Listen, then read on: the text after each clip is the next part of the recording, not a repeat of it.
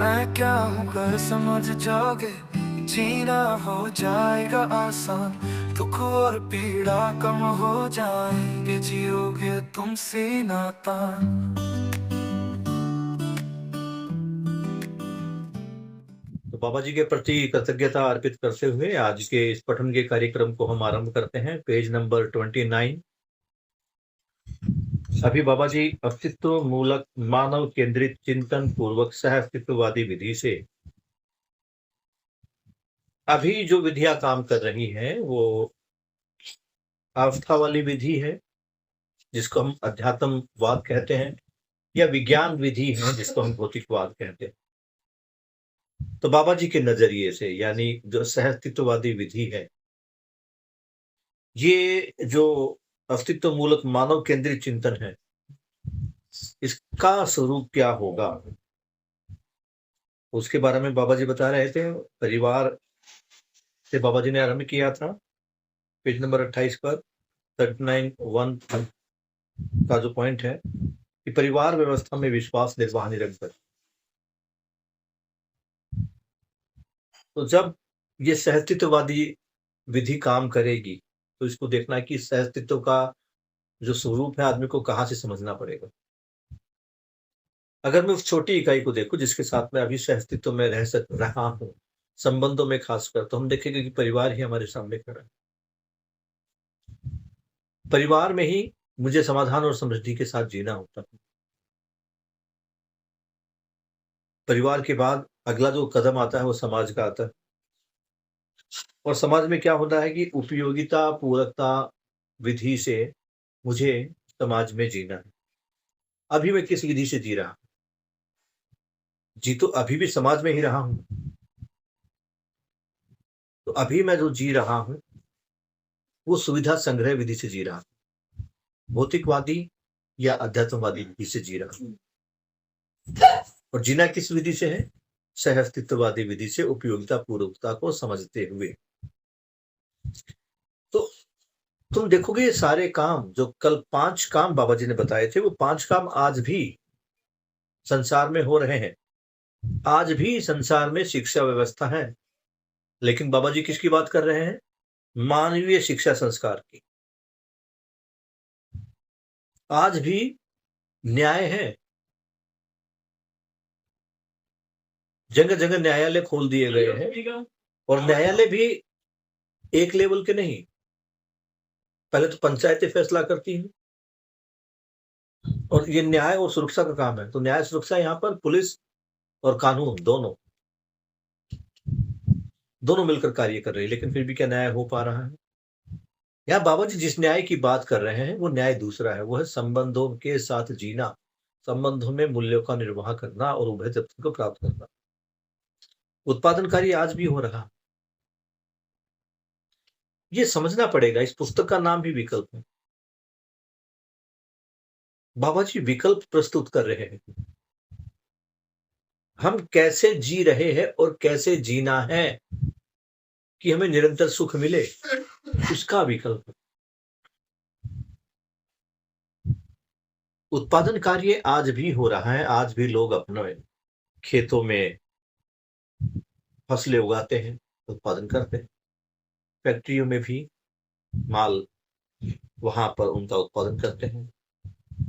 अभी जब तुम्हारे कॉल लगी थी, पहले मैं एक वीडियो देख रहा था। आज वजीराबाद या वजीरपुर है अपने पास में, इंडस्ट्रियल एरिया शालीमार बाग के पीछे। वहां पे एक नकली फैक्ट्री पकड़ी गई है जिसमें कई प्रकार की कोलगेट और ये इनो वगैरह और घर के और उपयोगी सामान वो बन रहे। सारे प्रोडक्ट नकली हैं।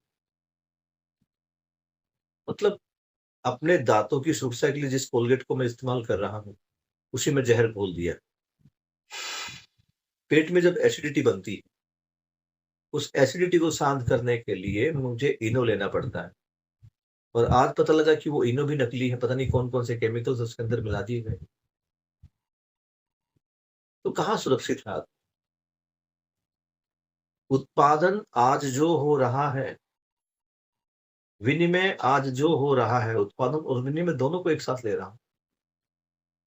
उन दोनों का एक ही उद्देश्य है, अधिक से अधिक लाभ कमाना।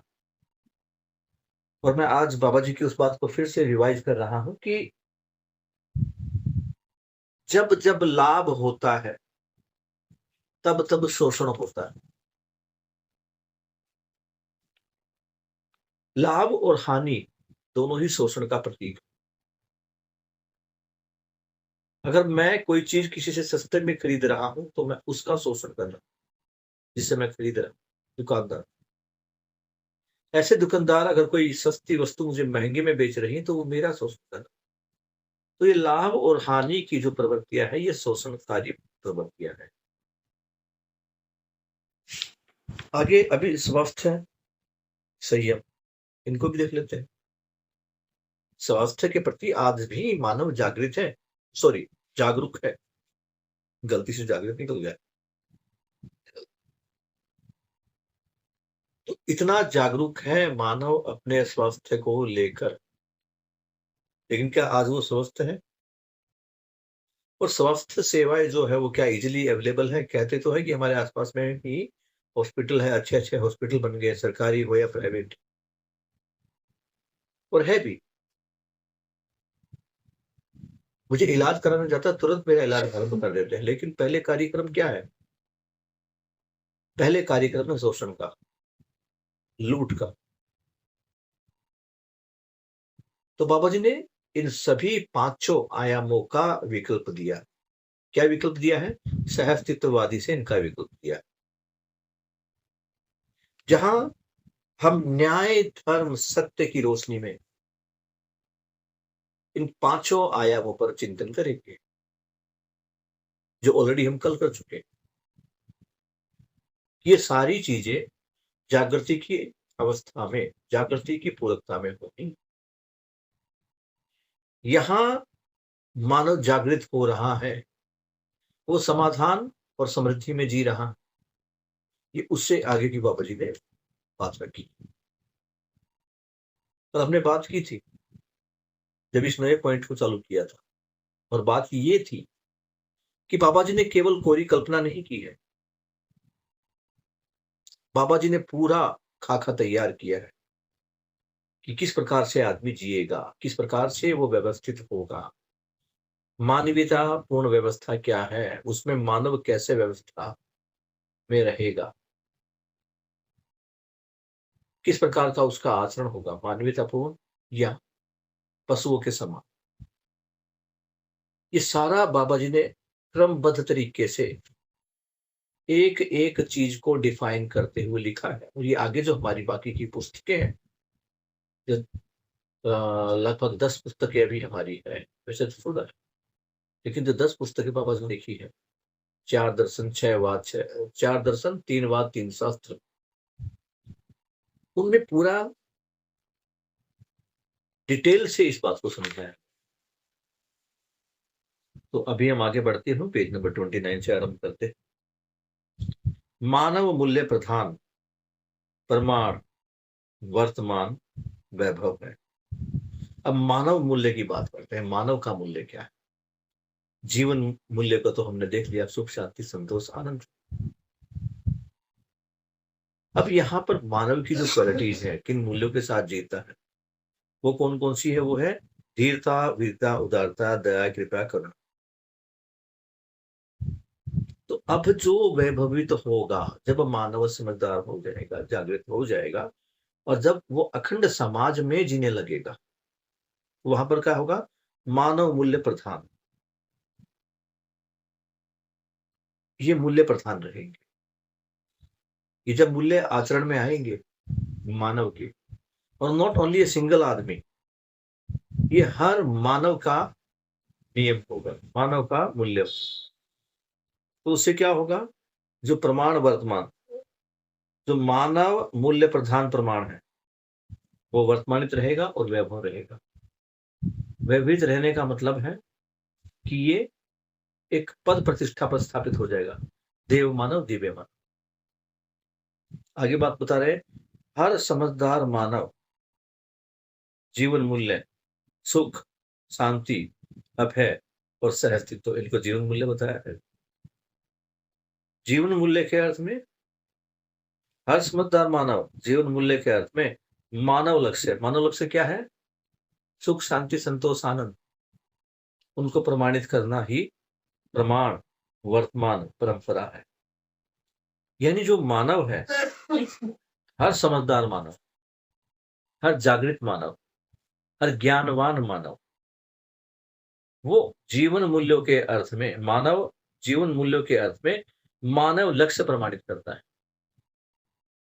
जो मूल्यों का वो वहन करता है, जिन मूल्यों के साथ वो जीता है, संबंधों में जो निहित मूल्य है, जब उन निहित मूल्यों का वो पालन करता है, तो उससे उसको मानव लक्ष्य की प्राप्ति होती है। और मानव लक्ष्य क्या है?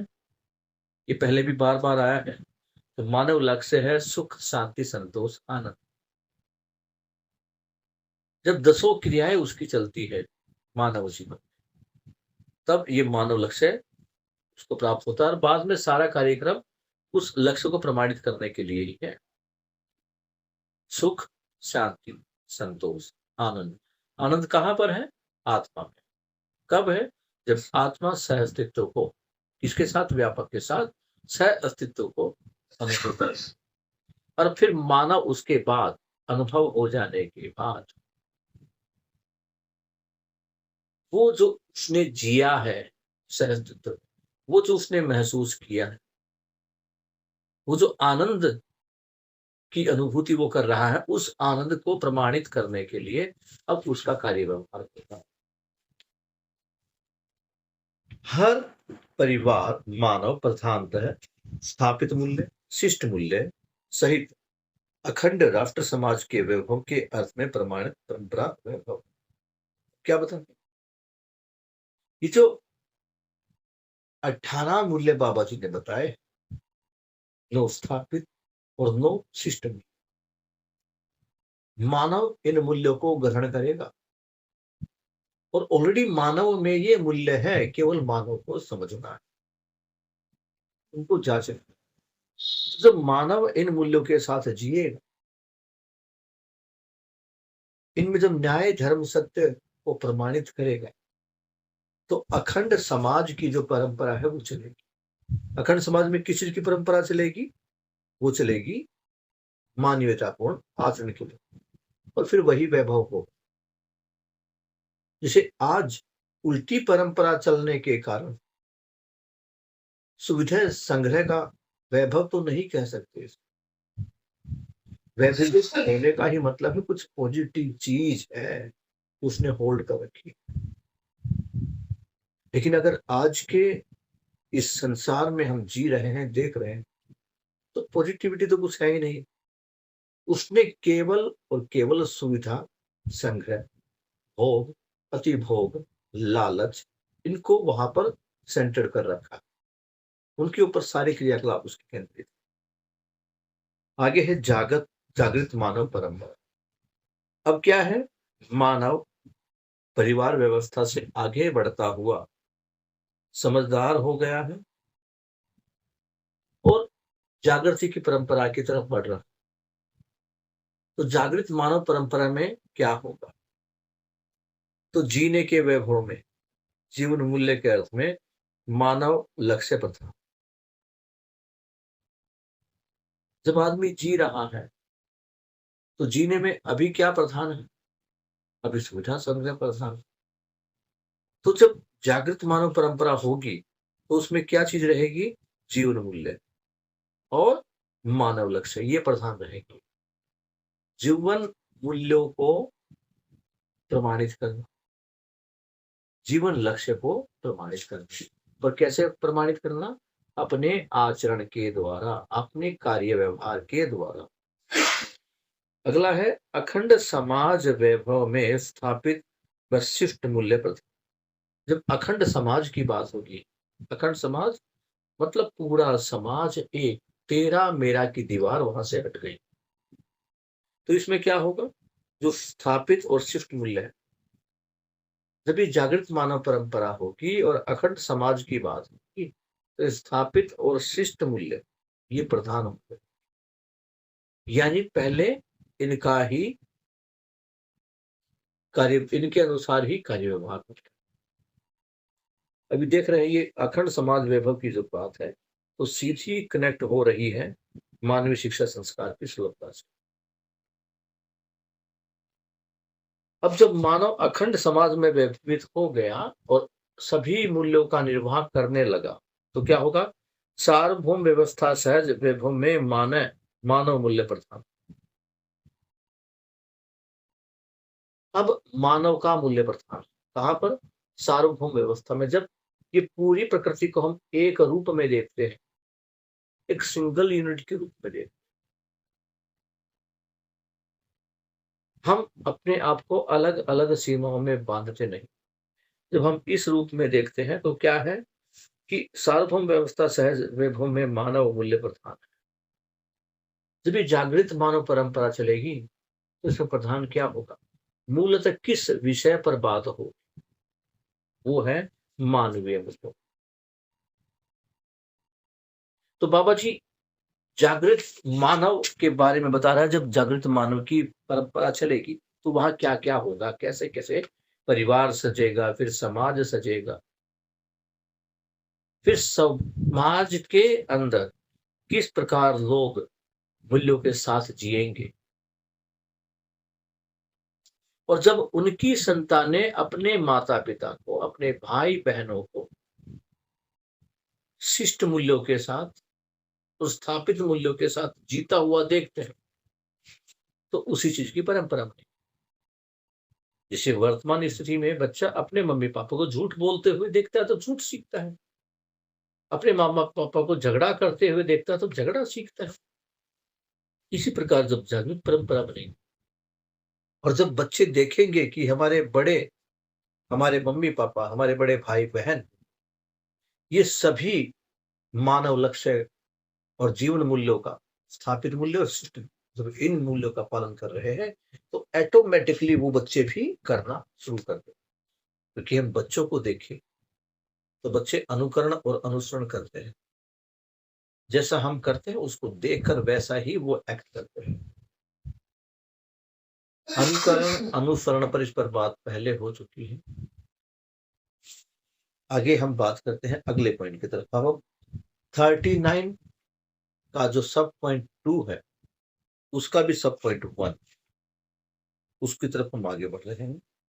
तो अस्तित्व मूलक मानव केंद्रित चिंतन पूर्वक सह अस्तित्ववादी विधि से, अब ये दूसरा है, दोनों में ही सह अस्तित्ववादी विधि से क्या होगा, कैसे होगा, उस पर प्रकाश डाला गया है।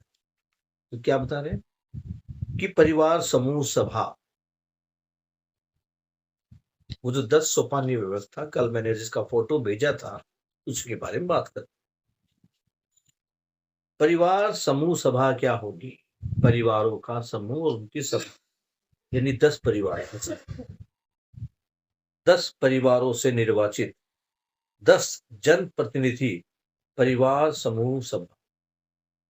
मैंने कल समझाया था, अगर थोड़ा बहुत मुझे कुछ याद है कल की बातें, कि जो 10 परिवारों का जो सोपान है, इसमें जो सबसे पहली सीढ़ी है, उस पहली सीढ़ी पर एक परिवार खड़ा है जिसके अंदर 10 व्यक्ति हैं। ऐसे ही 10 व्यक्तियों के 10 परिवार जब खड़े हो जाते हैं तो यहां से किस बात पर बात होती है? यहां बात होती है परिवार समूह सभा, यानी परिवारों के समूह की सभा। 10 परिवारों के जो मुखिया है, हर परिवार का एक मुखिया, फिर वो जब 10 परिवार के 10 मुखिया इकट्ठे होते हैं तो वो अपने आप में से उन 10 लोगों में से किसी एक का नाम सजेस्ट करते हैं। और ये नाम सजेशन भी कैसे होता है? उपयोगिता पूरकता विधि के आधार पर। जो आदमी उपयोगिता पूरकता विधि के को समझकर उसकी समझदारी के साथ कार्य व्यवहार करता, आचरण करता है, उस व्यक्ति के अनुसार उसको नेता कहा। अब बात क्या है? बाबा जी ने क्या बताया? 10 परिवारों से निर्वाचित 10 जनप्रतिनिधि परिवारों का समूह। 10 परिवार है, हर परिवार का एक मुखिया। तो ये जो 10 जनप्रतिनिधि हैं, इनके समूह को क्या कहा गया? परिवार समूह सभा। यानी परिवारों के समूह की सभा। अगला क्या है बाबा जी बता रहे हैं? पहले परिवार समूह सभा में बात हुई, अगला है मानवीयतापूर्ण आचरण संपन्न। जब अस्तित्व मूलक मानव केंद्रित चिंतन पूर्वक सहअस्तित्ववादी विधि से मानव आचरण करेगा तो सीधी सी बात है भैया, वहां पर मान्यतापूर्ण आचरण ही होगा, क्योंकि बात तो हम आचरण के लिए कर रहे हैं ना। उसमें क्या बता रहे बाबा जी? मानवीयतापूर्ण आचरण संपन्न होगा, परिवार अखंड समाज सूत्र व्याख्या। जब 10 परिवार मानवीयतापूर्ण आचरण विधि के साथ रहेंगे तो हर मानव अपने आप को समान समझेगा, वहां पर कोई छोटा या कोई बड़ा नहीं होगा। अगला है परिवार सभा सार्वभौम व्यवस्था सूत्र व्याख्या अनुसार पंचमुखी कार्यक्रम प्रवृत्ति यथा। यानी अब जो वो परिवार है जो सार्वभौम सूत्र व्यवस्था में जी रहा है, उसका अनुसरण कर रहा है, वो पंचमुखी कार्यक्रम यानी 5 कार्यक्रम मानवता के विकास के लिए, जो 5 कार्यक्रम जिनकी हमने कल बात की थी, वही जो शिक्षा और संस्कार है, न्याय सुरक्षा है, उत्पादन है, विनिमय है और स्वास्थ्य है। इन 5 मुखी कार्यक्रमों का जो कार्यक्रम है, जो योगदान है, जो उनकी प्रवृत्ति है, उनको समझा जाएगा। तो परिवार सभा सार्वभौम व्यवस्था सूत्र व्याख्या अनुसार पंचमुखी कार्यक्रमों को देखती है। वही शिक्षा जैसे मैंने बताया। आगे चलते हैं पेज नंबर 30 की तरफ। ये जो 5 प्रवृत्ति मैंने बताई, इन्हीं प्रवृत्ति में मानव लगा हुआ। अगर हम मानव का क्रियाकलाप देखें तो मानव का सारा क्रियाकलाप किसमें है? या तो शिक्षा संस्कार में, शिक्षा संस्कार में नहीं है तो न्याय सुरक्षा में होगा, न्याय सुरक्षा में नहीं है तो उत्पादन में होगा, उत्पादन में नहीं है तो विनिमय में होगा, और विनिमय में नहीं है तो स्वास्थ्य संयम व्यवस्था में उसका कुछ न कुछ होगा। ये उसको देख। तो आगे 5 प्रवृत्तियों का परीक्षण, निरीक्षण, स्मृतिकरण, आकलन, कर्तव्य संयुक्त सत्यापन, जो 5 ये चीजें हैं, ये 5 चीजों में जो 5 आयाम है, जो 5 प्रवृत्तियां हैं, इन प्रवृत्तियों में कार्य सही प्रकार से हो रहा है या नहीं हो रहा है, इसके लिए क्या है? उनका परीक्षण, निरीक्षण और समृद्धिकरण, उनको समृद्ध करना, अपने पैरों पर खड़े करना। इस प्रकार से हम इसको समझ सकते हैं।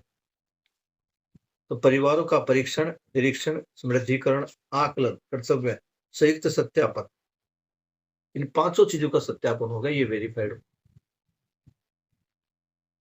यहां तक क्लियर है बेटा, या कुछ समझने में दिक्कत है?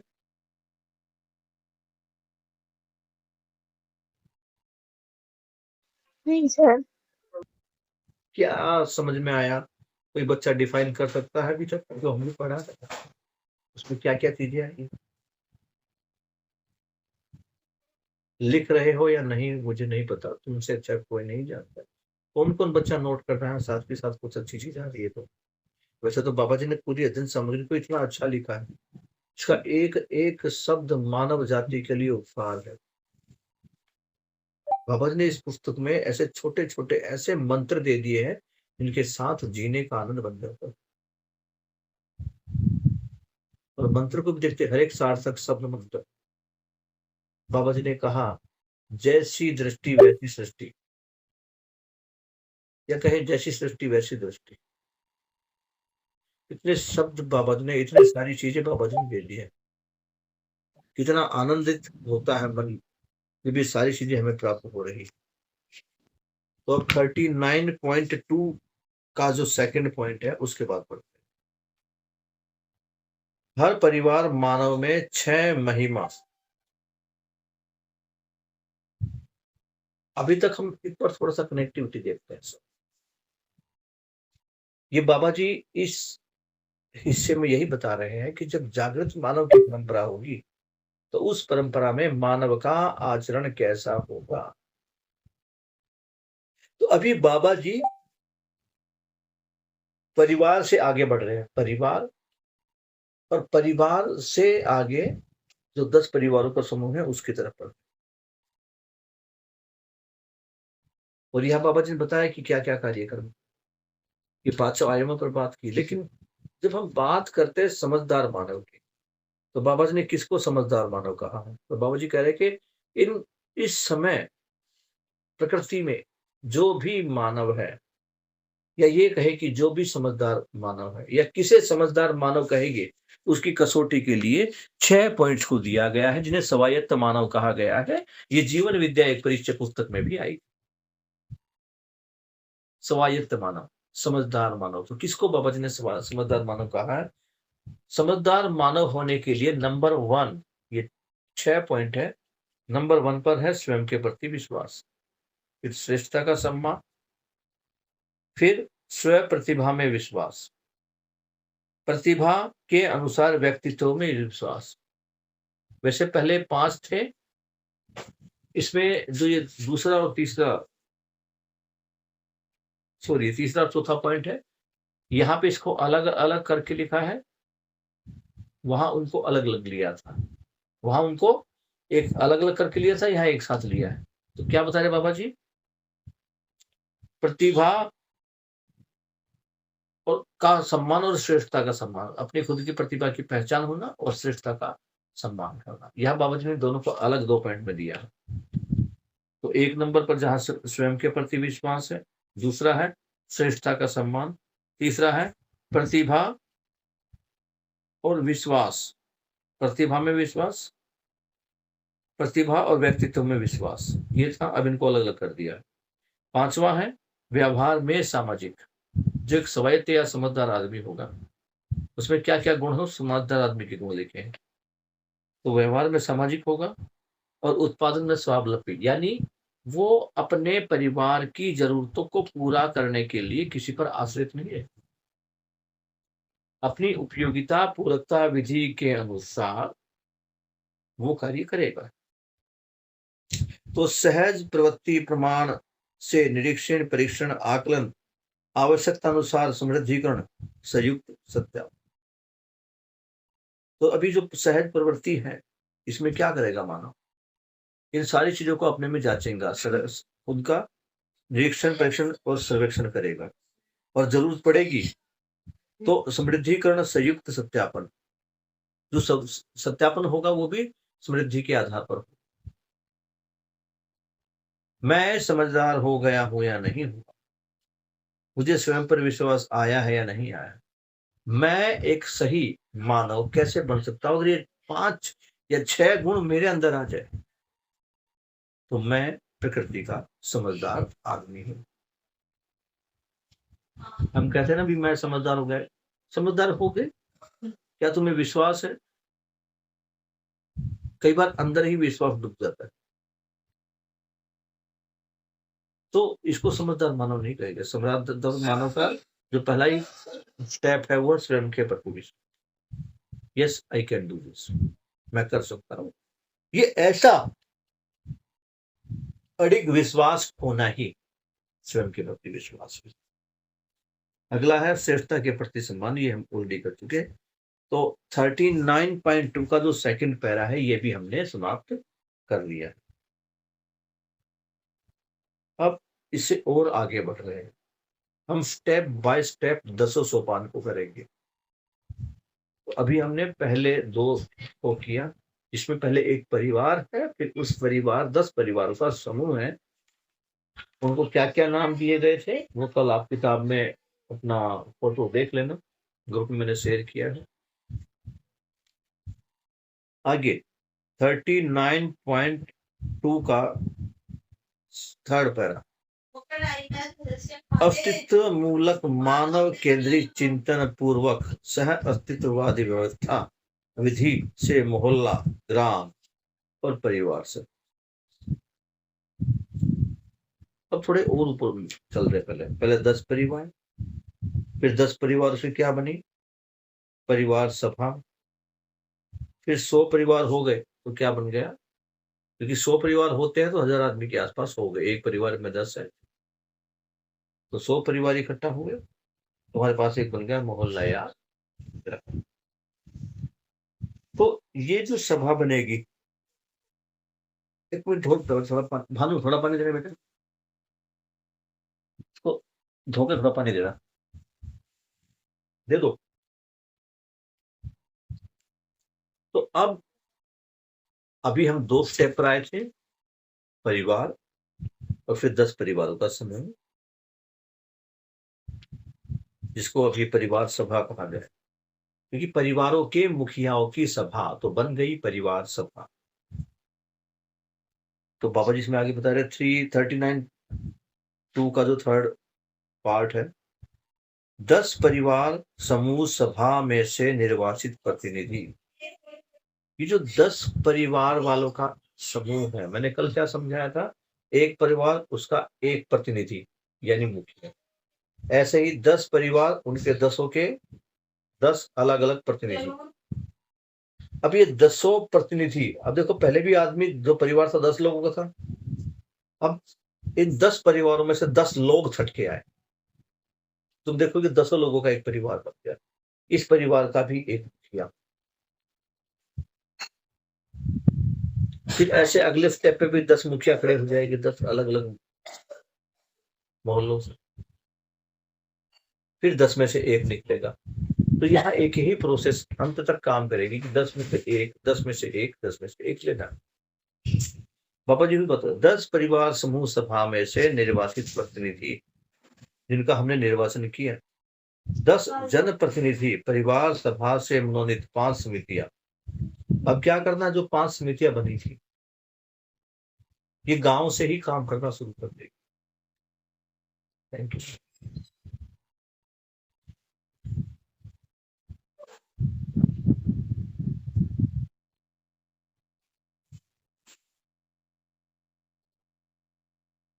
तो जो 5 हमारे जीने के आया, ये कोई बाहर से तो आएगा नहीं। बच्चों में शिक्षा संस्कार, उत्पादन कार्य, विनिमय कार्य, न्याय सुरक्षा और जो स्वास्थ्य संबंधी कार्यक्रम, इसको करेगा कौन? हम में से ही कोई करेगा। तो ये अलग अलग समितियां बनेगी, 5 समितियां बनेगी। कहाँ बन रही है?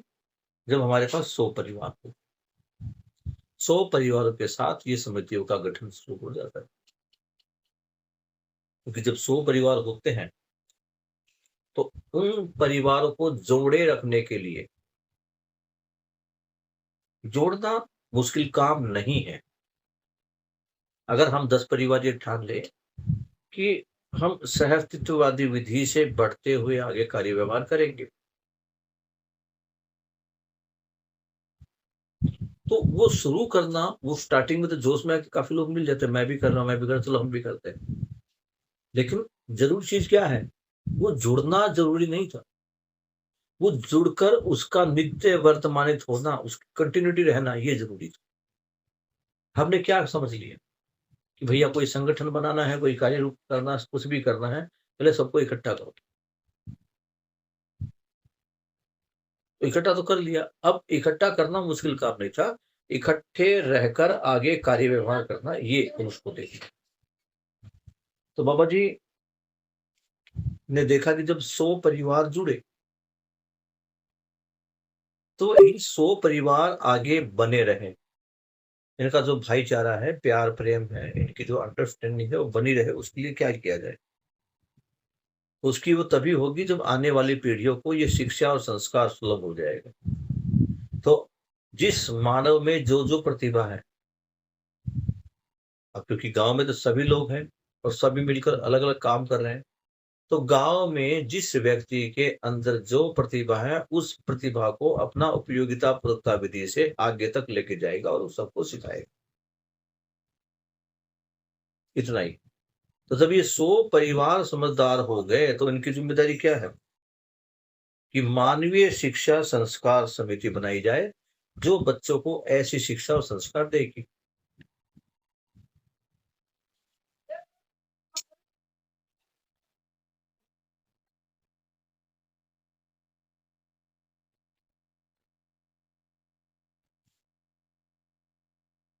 अब दूसरी समिति बनेगी, अब ये कहा जाए कि जब 100 परिवार होते हैं तो 5 समितियां बनती है और 500 समितियों का यहाँ पर गठन होगा। और इन 500 समितियों में जो लोग हैं, ग्राम, मोहल्ला, ग्राम परिवार, सभा, सहज परियोजनों के अर्थ में, और 10 परिवार समूह सहज आवश्यकता के अनुसार समिति में कार्यरत व्यक्ति का दायित्व निश्चित रहेगा। इसमें जिस भी व्यक्ति को उपयोगिता पूर्वकता विधि के साथ जोड़ा जाएगा, उस व्यक्ति के दायित्व और कर्तव्य है, उन कर्तव्यों को उन्हें मानना ही पड़ेगा। और तुम समझ ही जाओ कि जब जागृति के लिए मानवीयतापूर्ण आचरण वाली जो परंपरा तैयार हो रही है, तो इसमें कुछ भी बुरा तो नहीं होगा। इसमें जो भी क्रियाकलाप किया जाएगा वो अखंड समाज सार्वभौम व्यवस्था को फलित होने के रूप में ही किया जाएगा। यहां तक कितना समझ में आया बेटा जी? बताइए। आज हमने 2 पेज पढ़ लिए और जैसे ही ये और 2-3 दिन बाद, 4 दिन बाद ये पुस्तक समाप्त हो जाएगी, क्योंकि कल छुट्टी रखे गए, है ना। अब आप ये देखो कि कल की छुट्टी रखनी है या दिवाली की छुट्टी रखनी है।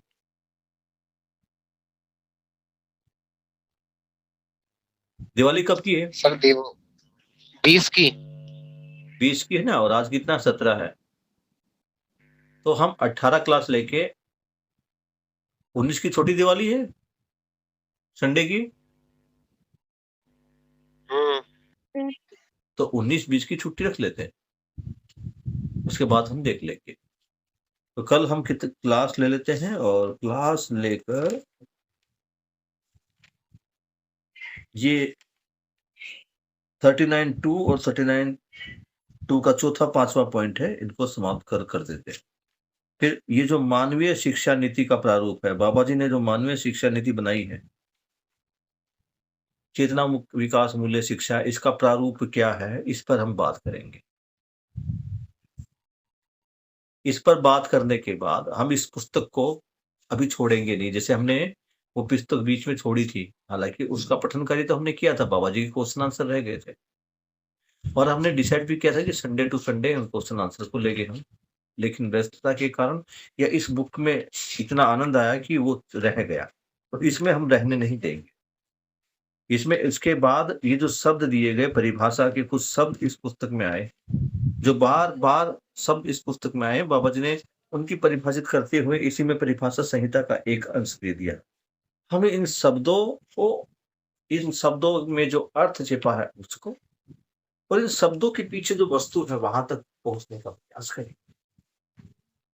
तो ये कैसी यात्रा है कि अभी हम वस्तुओं को जिस रूप में देख रहे हैं उससे आगे बढ़कर देख पाना।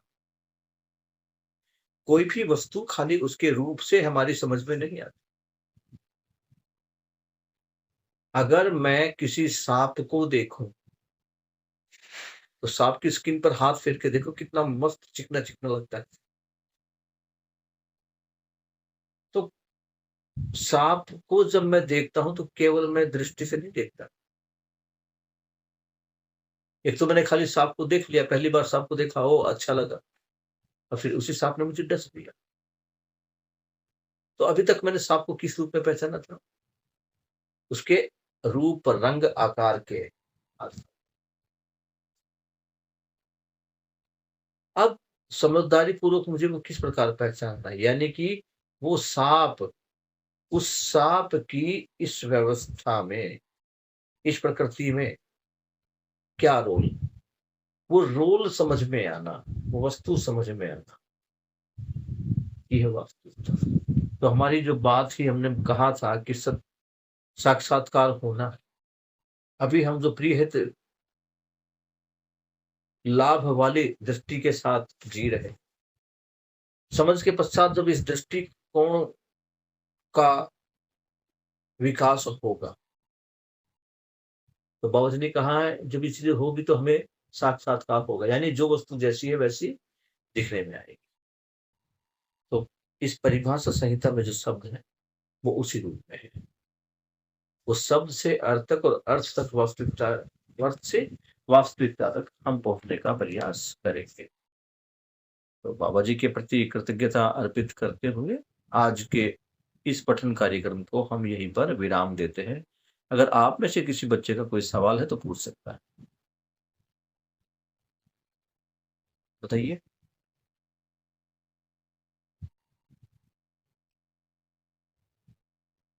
ठीक है, आपका सवाल नहीं है तो कल हम शाम को मिलते हैं। समय 8:30 का ही है, कुछ ऊपर नीचे होगा तो ग्रुप में सूचना दे दी जाएगी।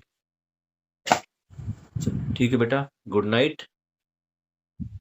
Good night.